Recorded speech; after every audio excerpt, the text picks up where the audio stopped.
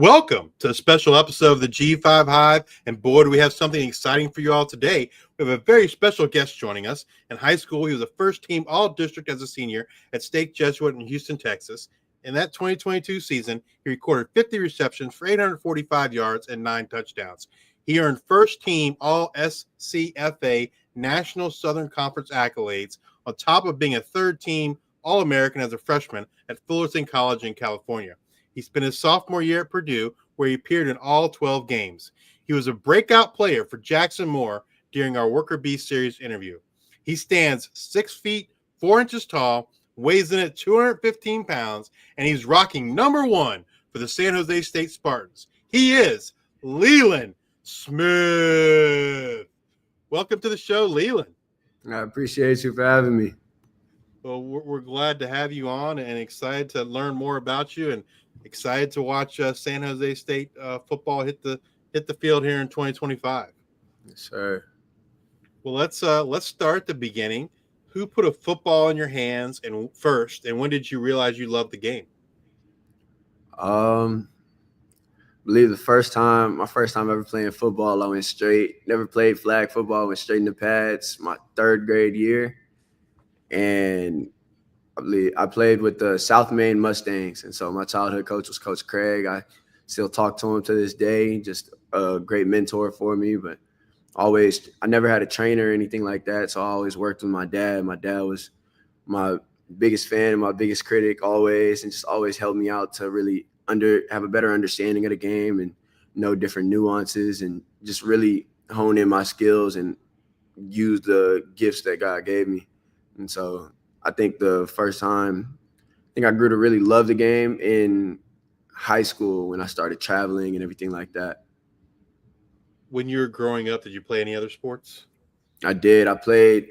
My parents wanted me to play everything, figure out which one. Never cut myself short too easy, so I played basketball. I ran track. Played baseball for a period of time, but just did a lot of them. If you weren't playing football there at San Jose State, could you see yourself playing another sport? 100%. I got asked about joining the basketball team. We had a team dunk contest a few months ago, and then I was victorious in that. But basketball is definitely one of my hobbies for sure. What was the dunk that won the contest for you? I had to go 360 windmill. So that was the one that ended up winning. But before that, all I did was just regular turnaround, back scratcher to between like up, double clutch, backwards back, double clutch. Yeah. When you talk about 360 windmill, my mind immediately goes to Dominique Wilkins, man. Like, he was one of the best. 100%. Yeah. Do you have a nickname or another name you go by besides your given name? Not really. I think a lot of my teammates just call me Lee, or will always on the field. Sometimes it's too fast, so you call each other by our number. So 1, uno, something like that. But yeah. What was the jump like going from Texas 6A high school to college football? I definitely think that Texas 6A football prepared me to, I think, better than anywhere else could have. I think the level of competition in 6A high school football in Texas is just bar none. Like, it's better than anywhere else in the country, in my opinion. And so I think that it was the best preparation I possibly could have had. But there's only so much preparation you can have before jumping into just that lifestyle change of being a collegiate athlete, and then just everything that comes with it, from my first experience being a walk-on at TCU to going to junior college to playing in the Big Ten to where I'm at now. It's all different facets of the game, different walks of life in every spot. But I think that it was good preparation. Through all those different steps, like what were you able to learn, or what were you able to take from as you moved to other places throughout your journey? I think the biggest thing that I was really able to learn is that God appoints the times and the places, and man can make all of the plans that you want, but ultimately God is the one that's going to order the steps. And so to just not be worried, not be anxious, not have any concerns or doubts about the places in which I'm at, and to really just surrender it all to him and trust in his plan. Having gone through the recruiting process a few times, what did you do differently this time, or what did you learn, that you applied through this most recent time? I think the biggest thing that I really leaned on was just doing more of my own research. And I think a big thing was during the first time getting recruited from junior college and being an All-American and everything, a lot of people are going to tell you what you want to hear. And for me, I've never been like a money type of guy. So the money was never an issue for me. It was more so just being in a position where I could come in, produce, and have my name called and be in a position where I can help my team. And so the proof is in the pudding here at San Jose State. You look at what happened last year. You look at the history of Coach Stutzman's offense, and just I'm excited for this season. You talk about playing in Coach Stutzman's offense, that spread and shred. Like, how excited are you? I'm so excited. Just to be put in a position where I'm able to really just open up a whole new level of the game. I've always been bigger and faster on the outside, and I've sort of just relied on that.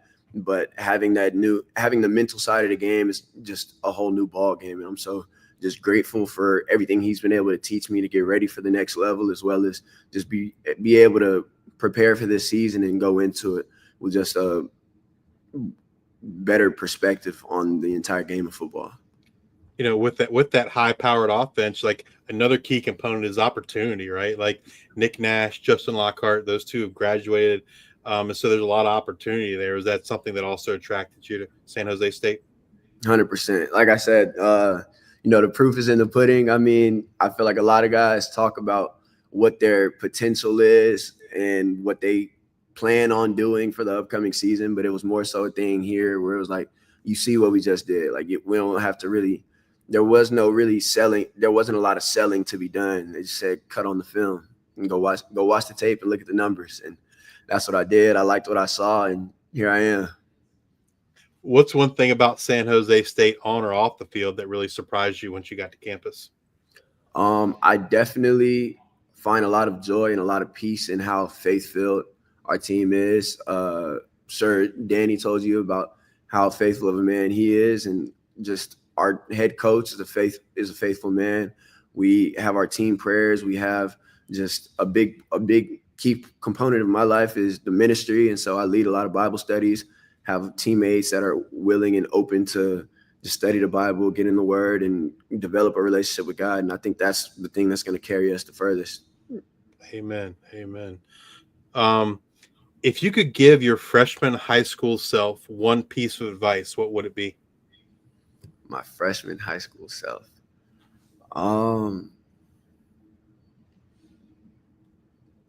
I would tell him a Bible verse. And truthfully, I just tell him the one who exalts himself will be humbled, and the one who humbles himself will be exalted. I think that was a big thing. I always felt like I was always skinny, but I was always taller. And I always felt the need to sort of like put myself in a position where I was like, nobody's seeing me, so I gotta talk. I talked a lot, and I always felt like the injuries that I ended up facing towards the end of my high school career, which led me to not being as recruited out of high school, were one of those things where it was like I needed those to really show me that I'm not in control of anything. It's like to really allow me to have the opportunity to just humble myself before God and just allow him to be in control and give him the praise and not myself. And so definitely tell myself that. So before going into my whole high school career. If you could pick any two wide receivers to train with, learn from, watch film with, etc., who would you pick and why? My two would be Nico Collins. Just what he's able to do at just comparable, same size, same stature, same build and everything. Just wanting to understand different nuances of the game at that level and how he's able to continue to produce. And on top of that, I'd say the second one would be Mike Evans. another Texas guy. Watched a lot of his college film at A&M. Watched him just throughout the years be the most consistent receiver in the NFL, and it's incredible to see what he does on a year in, year out consistent basis. So just being able to pick their brains, and another guy of similar stature, similar build, to be able to talk to those two guys. When you're studying film and watching other wide receivers or even yourself, which traits or techniques are you paying the most attention to? I definitely say the more skillful parts of it all. I think that in the parts that I watch, there are certain things that I've even within myself and with guys of my size, my speed, everything like that. There are certain plays that I've grown accustomed to. Like I feel like the jump balls, I'm supposed to win those. I feel like the go balls, I'm supposed to win those. If you're in a 4-3, you're supposed to win the go balls. Like, but it's more so the getting in and out of the breaks, the releases, getting off of press man, getting reading the coverages, knowing when to sit, knowing how to really deceive a cornerback when you have a double move. Different things like that are the things that I really try to hone in on and really study out. What do you feel is your main strength as a wide receiver? I would definitely say just the physical presence from a physical standpoint. Anytime I step on the field, I'm usually bigger than any defensive back that stands in front of me, as well as majority of the times faster than any defensive back that stands in front of me. And so from a physical standpoint, just definitely nothing of my own doing, God-given, and thank my parents for the genetics. But really just I'd say that's one of the biggest things for sure. What's an area of your game that you've worked the most on this offseason? I definitely think the mental side of it. And I think this is probably my first time having a system in which the coach really prioritizes us really understanding and knowing coverages and knowing how to make those pre-snap and post-snap reads, and just being able to know how to win against any coverage, and not just, well, if you get this coverage, you're dead this play. Like every play, you're never dead on anything. And so understanding that you're always an option and being able to open yourself up to be an option for your quarterback, as well as be able to get your teammates open, as well as be able to put yourself in the best position to have those one-on-one matchups that we like. And so it's just the mental side of the game is something that's been ever growing, ever evolving since I got here. And I'm just super excited to put it on display. What are your goals for 2025 and moving forward, both team and personal? I definitely like to start with the personal. As I said, like the ministry here at my church, Restored Church of San Francisco, is super, super important to me. Just being able to really seek and save the lost, and live up to my purpose, and really study out the Bible, help people to understand and grow in their relationship with God. And then just football wise, I serve a God that knows no limits. And so we come out and we practice. We don't train for anything less than the best that we can do. And so we're trying to be Mountain West champions. We're trying to be national champions. That's the goal that's in mind. And that's the goal that's in mind every morning that we show up. And so that's the way that we train. That's the way that we sleep. That's the way that we eat. And so that's what I'm looking forward to. As I mentioned in the introduction, 24/7 reporter Jackson Moore told us you were one of his breakout players for 2025, but wanted to give you an opportunity to kind of spread the love. Who are some of the guys that we need to know for the Spartans heading into the season? Definitely say my partner in crime, Danny Scudero, just incredible in the slot. Just I haven't seen him get guarded yet. Everybody in our receiver room just can't guard one-on-one. If they try it, it's not going to work out well. Our quarterback is incredible. He's just his wisdom of the game to be able to help me out since I got here in January has been awesome. Our defensive backs have been a lot of them just got in, but even from the guys that have been here, they've been able to really just hone in, and as iron sharpens iron, so does one man sharpen another. And I'm just grateful for them to be able to compete and grow and get better every day. If someone has not seen you play, what one game would you recommend they watch to get a feel for who Leland Smith is on the field? That's a good one. I would say this might be a little backwards, but I'd say the Illinois game versus Purdue versus Illinois last game, and I didn't have a catch in that game, but the biggest thing was that was I believe my only drop of the season last season, and it came in the first quarter, and my next target was deflected by the corner, and then my next target went out of bounds, sailed 15 feet over my head and went out of bounds. But I feel like that was a moment in which it would have been very easy to get discouraged, and I just kept my head in the game and I take special teams very seriously and being able to help my team in whatever aspect I can. And we ended up not being able to win that game, but I was able to recover an onside kick for my team to be able to go score and force the overtime. And so that was a big thing for me. Is during game days, you have a particular routine, whether it's a pregame meal you always have to have, or a song, artist, or something you always have to do? I would definitely say the biggest thing is just my prayer.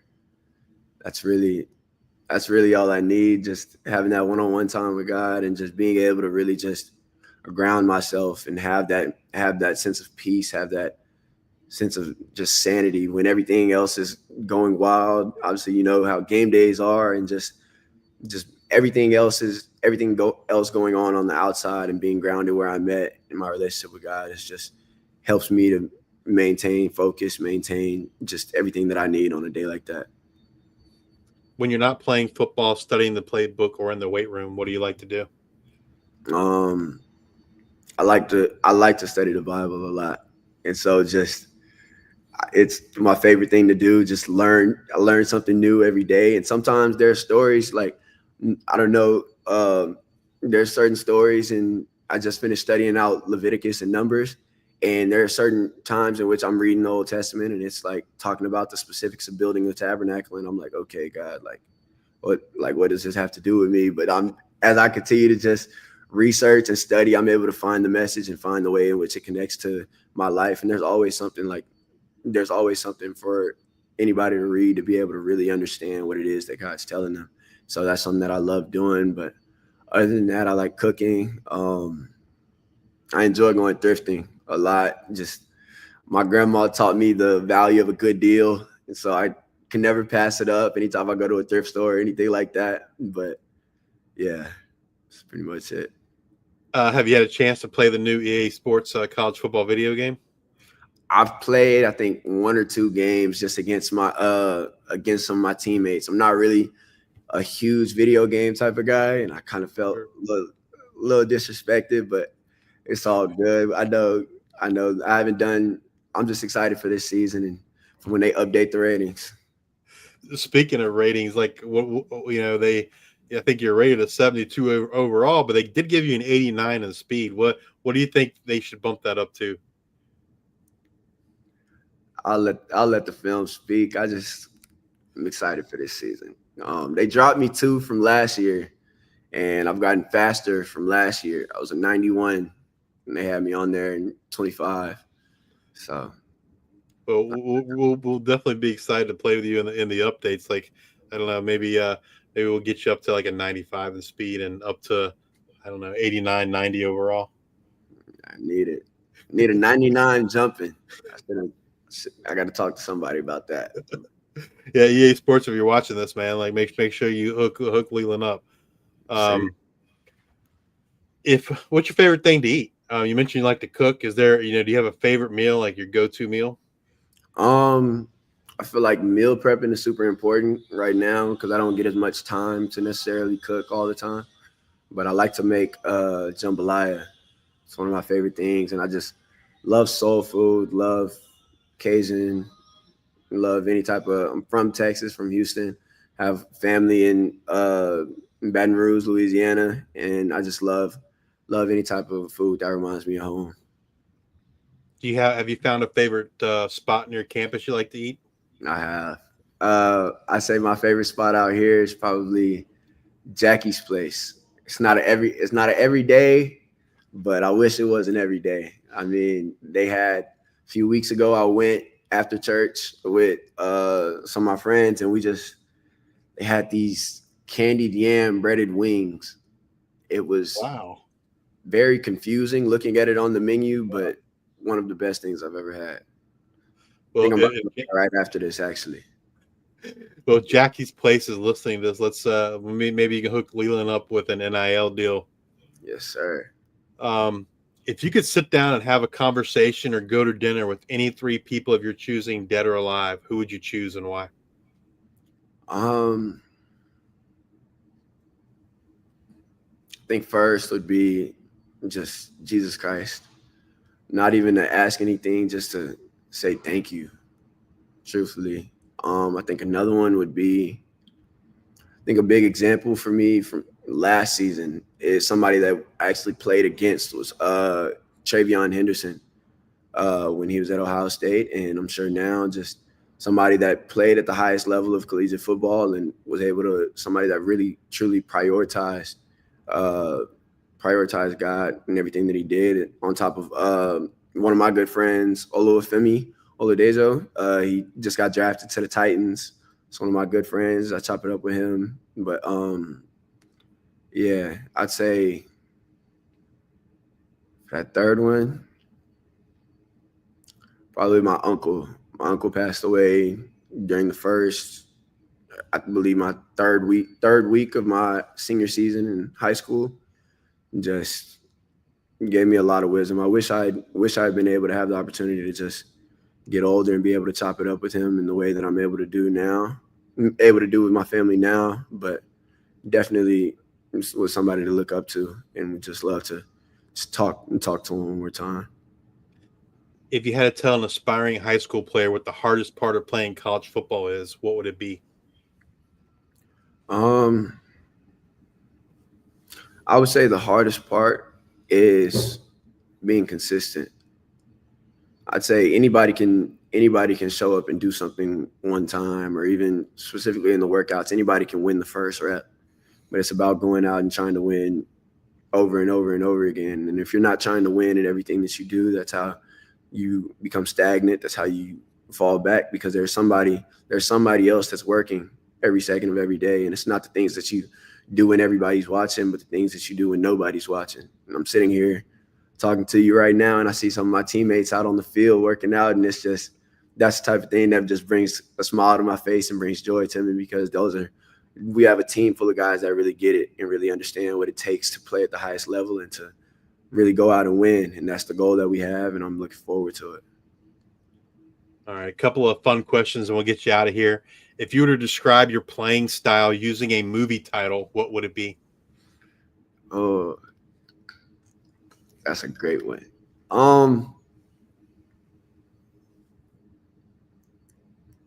Okay, I got one. You guys have to give me a minute to explain it. Yep. I like to say Equalizer, just because I feel like something that I said to our receiver room is in good or bad, the receiver room is the ones that are going to be called on. When we're doing great, we're trying to put points on the board, we're going to throw it to our playmakers on the outside and on the inside at receiver. And when things go absolute worst, we get a penalty, we get sacked, we get a loss of down, whatever it is, our names are the ones that's going to be called. And so we're sort of like that equalizer for our team. And I take a lot of pride in the fact that I have the ability to help out my team and be who gets called on. Just like the equalizer is somebody who gets called on when it's in times of need for people that are in distress. And we have a whole receiver room full of guys that can go and make a play whenever their name is called. And I'm just excited to be one of those. All right. Would you rather make an ESPN top play for mossing a cornerback or breaking his ankles on a nasty route? That's good. I'd say breaking ankles, just because I feel like the mossing is I feel like that's something that I'm used to, and that's expected. 6'4", and I can jump pretty well. But I feel like the breaking ankles, like you don't really see too many guys my size really just getting in and out and putting somebody on the ground. And so I think that would be one that I hold near and dear to my heart for sure.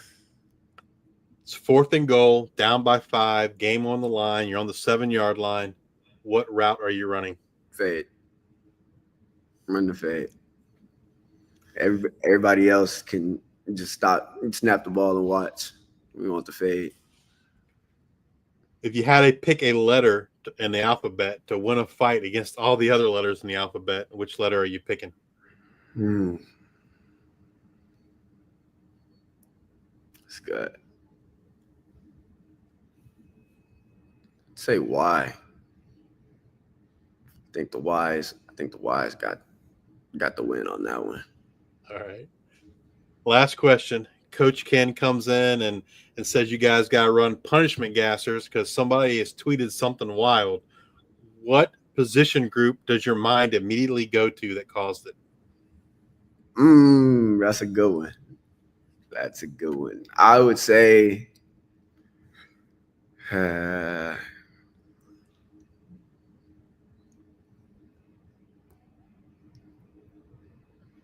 I'd say our quarterbacks, just because of how much faith they have in our receiver room and what we're going to do this season.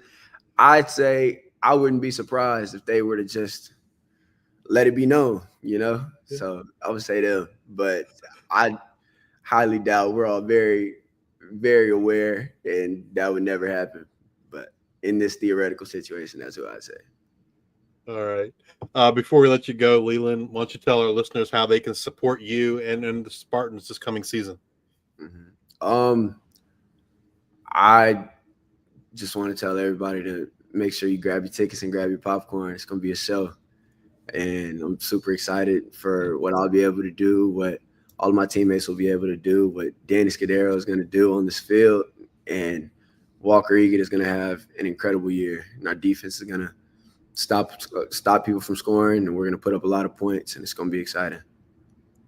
Well, Leland, just want to thank you again for taking some time out of your day to spend with us and allow us and the listeners to get to know you better. We greatly appreciate it. Absolutely. I appreciate you for having me once again. Well, we'll be excited to watch you and Danny and the rest of the Spartans on the field here in 2025. Thank you.